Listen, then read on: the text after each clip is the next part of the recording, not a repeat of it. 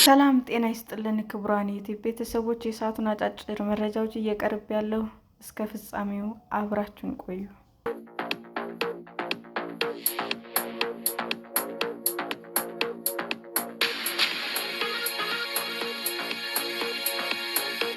ጠቅላይ ሚኒስትር አብይ ወሳኝ የባህር መተላለፊያዎች እንደ ኢትዮጵያ አቅም ባላቸው ሀገራት መጠበቅ እንዳለባቸው ተናገሩ። ትናንሽ ሀገራት ወሳኝ የባህር መተላለፊያዎችን መጠበቅ ስለማይችሉ እንደ ኢትዮጵያ አይነት አቅም ያላቸው ሀገራት ሊሳተፉ እንደሚገባ ጠቅላይ ሚኒስትር አብይ አህመድ ተናገሩ። ጠቅላይ ሚኒስትሩ የኢትዮጵያ የባህር በር ጉዳይ በተቻለ መጠን በሰላም ሊፈታ የሚገባ ነገር ግን የግድ መሆን ያለበት ጉዳይ እንደሆነ ገልጸዋል። ጠቅላይ ሚኒስትሩ ይህንን ያሉት ከብሔራዊ ቴሌቪዥን ጣቢያ ኢቲቪ ጋር ባደረጉት በሁለት ክፍል የተላለፈ ቃለ መጠይቅ ላይ ነው። ረቡዕ ሚያዝያ 7 2018 ዓ.ም የመጨረሻው ክፍል የተላለፈው ይህ ቃለ መጠይቅ በአብዛኛው የማኒፋክቸሪንግ ዘርፉ ላይ ያተኮረ ነው። ኢትዮጵያ የባህር በር አልባ ሀገር መሆኗን በአምራች ኢንዱስትሪው ላይ ምን አይነት ጫና እንዳስከተለ ጥያቄ የቀረበላቸው ጠቅላይ ሚኒስትሩ ኢትዮጵያ ዜጎቿን በበቂ መግባ ራሷን ችላ በዓለም ተወዳዳሪ የላቀች ዓለም ለመሆን ካሉብን ማነቆች ትልቁ ችግር ወደብ አልባነት ነው ሲሉ መልሰዋል። የጠቅላይ ሚኒስትር አብይ መንግስት ባለፉት ዓመታት የኢትዮጵያን የባህር በር አልባነት መፍትሄ ሊያገኝ የሚገባ የህልውና ጉዳይ እንደሆነ በተደጋጋሚ ሲገልጹ ቆይተዋል። አብይ በፓርላማ ማብራሪያዎቻቸውና በሌሎች ንግግሮቻቸው በተደጋጋሚ ያነሱት ጉዳይም የመንግስት መገናኛ ብዙኃን ትኩረትም ሆኗል። መንግስታቸው ሲያነሳ የቆየው ይህ ጉዳይ አሁን ከኢራን ጦርነት ጋር በተያያዘ ምን ችግር እንዳለ ሁሉም ሰው እየተመለከተ ነው ብለው እንደሚያስቡ ጠቅላይ ሚኒስትሩ በትናንትናው ቃለ መጠይቃቸው ተናግረዋል። ኢትዮጵያን ያክል ሀገር ከዚያ ርቃ ሸሽታ መኖር የህልውና ጉዳይ ነው ያስባለው አሁን በግልጽ ማንም ሰው በቀላሉ የሚገነዘበው ይመስለኛል ብለዋል። አብይ የባህር በር አልባ መሆን ገመናን ከመሸፈን እንዲሁም ከሎጂስቲክስ ጋር በተያያዘ የሚያስተካክላቸው ችግሮችንም ዘርዝረዋል። የኢንተርኔት መረጃዎች የሚተላለፉባቸው የባህር ስር መስመሮች በሌላ ሀገራት በኩል የሚያልፉ በሚሆንበት ጊዜ ዳታ ገመና የለውም፣ ሚስጥር የለም ማለት ነው ሲሉም ተናግረዋል። መጠበቅ ያለባቸው የሀገር ሚስጥሮች ዋስትናን የማረጋገጥ ስጋት እንደሚያጋርጥም ጠቁመዋል። የሚስጥር አለመጠበቅና ስጋት ወደ ሀገር ውስጥ በሚገቡ እና ወደ ውጭ በሚላኩ ቁሶች ላይም የሚታይ መሆኑን ጠቅሰዋል። ኢምፖርት የምታደርጋቸው ማንኛውም ቁሳቁሶች ሁሉም ሰው ማወቅ አይጠበቅበትም ያሉት አብይ የምትሸጠውን ለማግኘት መቼ ሁሉም ነገር መታወቅ የለበትም በማለት ተናግረዋል። የጂኦፖለቲክሱ ውድድር ፍላጎት የሚታወቅ ስለሆነ ማንኛውም እንቅስቃሴንም ሁሉ ሰው የሚያውቅ ከሆነ ጉዞ በአጭሩ ሊጨነግፍ ስለሚችል ሲሉም አብራርተዋል።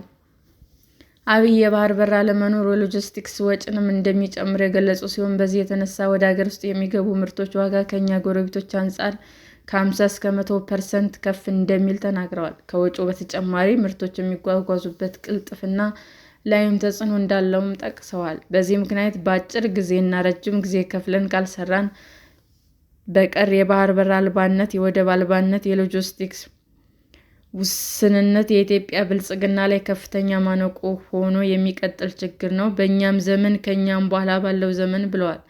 እኔ በዚህ ጉዳይ ላይ ግራ ቀኝ የሚሉ ዜጎች ስሰማ ይገርመኛል ያሉት አብይ ተጽዕኖ እያንዳንዱ ዜጋ ላይ የሚታይ መሆኑንም ተናግረዋል።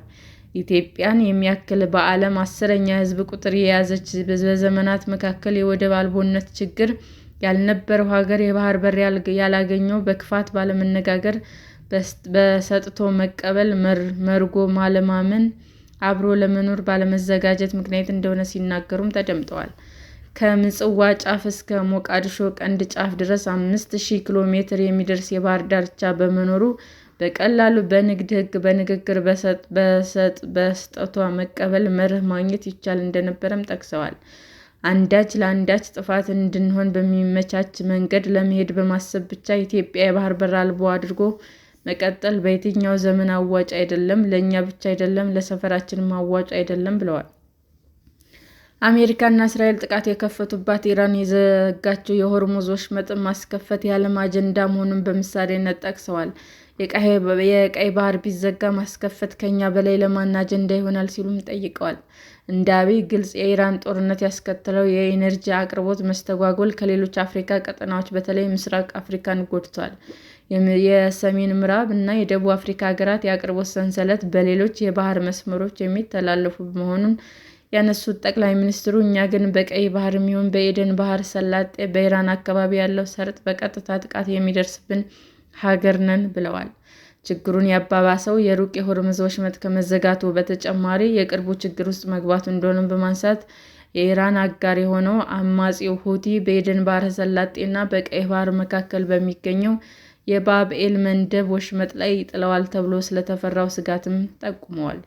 ችግሩን እያየን ለመከላከል እንኳ የእኛን ጥቅም ለመጠበቅ እንኳ መሰማራት የማንችል መሆናችን ነው።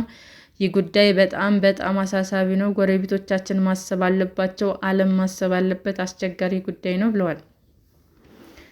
ኢትዮጵያ የባህር በር ባለቤት ካልሆነች አታድግም ብቻ ሳይሆን ሰፈሩ አይለወጥም፣ ሰፈሩ ሰላም አያገኝም፣ የዓለም ንግድም ይስተጓጎላል ሲሉም አስጠንቅቀዋል። እንደ ኢትዮጵያ ባሉ ምሰሶ ሀገሮች ቁጥጥር ስር መዋል የሚገባቸው አካባቢዎች እንደ ኢትዮጵያ ያሉ ታላላቅ አቅም ያላቸው ሀገራት ከጉዳዩ ርቀው ከሄዱ ትናንሽ ሀገራት ያንን ሰርጥ ያንን ወሽመጥ መጠበቅ ስለማይችሉ በእነሱም ጭምር በተቀረው ዓለም ላይ አደጋ ያመጣል ብለዋል። የኢትዮጵያ የባህር በር አልባነት ጭቅጭቅ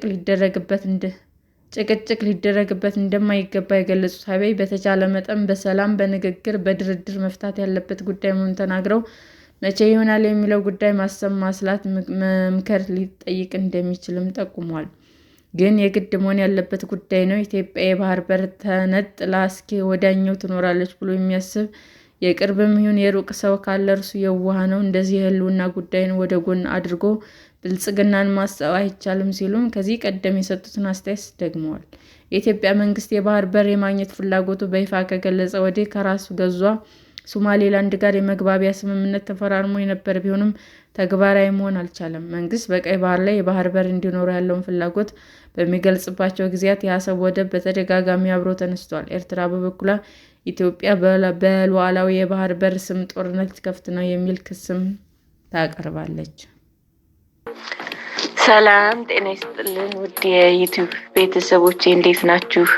አዲስ ጀማሪ ነኝና ሰብስክራይብ ያደረጋችሁ አበረታቱኝ። አመሰግናለሁ። የዩቲዩብ አድማጮቻችን ለሰዓቱ ያቀረብኩላችሁ አጫጭር መረጃዎች ይህንን ይመስል ነበር። በሌላ መረጃ እስክንገናኝ ሼር፣ ላይክ፣ ሰብስክራይብ እንዲሁም ቢቀርብልን የምትሉት መረጃ ካለ ኮሜንት እያደረጋችሁ ቸር ቆዩን።